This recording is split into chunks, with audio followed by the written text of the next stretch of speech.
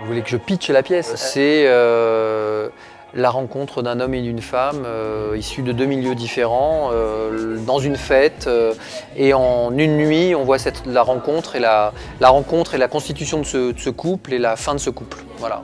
Donc ils se rencontrent dans la nuit et au petit matin ils se séparent de manière tragique puisqu'elle meurt. Elle met fin à ses jours. C'est un moment dans une vie comme ça, avec une grande intensité. C'est une pièce très sur la question de la passion, sur la passion amoureuse, la passion sexuelle.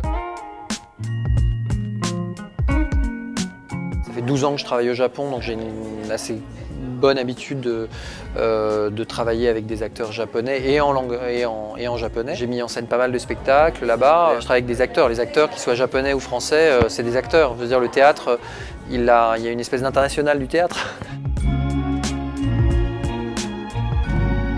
L'acte 1, c'était le Japon, l'acte 2, c'est maintenant. Ça va plus profond dans la pièce, évidemment. On accentue la question de la passion, du débat d'idées aussi, parce que c'est vrai que, évidemment, au Japon, j'avais du mal à suivre ça. Et puis surtout, c'est joué par des acteurs incroyables, Nicolas Bouchaud, Juliette Binoche et Bénédicte Cerruti. C'est vrai que ces trois acteurs merveilleux.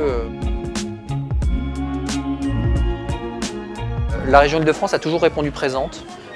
Toujours été très attentive, soit par des dispositifs qui existaient d'accompagnement, d'aide à l'emploi dont j'ai bénéficié au Studio Théâtre pour engager des personnes, soit là sous forme d'une subvention pour le Festival d'Avignon, parce que la région est présente au festival et soutient les compagnies d'Île-de-France qui sont présentes là-bas.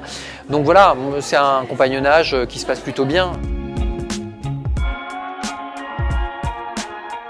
Oh, plutôt très bien, plutôt très bien. Je sens les spectacles qui vont être présentés, il y a beaucoup de créations. C'est un spectacle qui est plutôt dense, mais en même temps, puisque c'est un chorégraphe qui est artiste associé, en même temps il y a des compagnies passionnantes. Non, je le sens assez bien, voilà.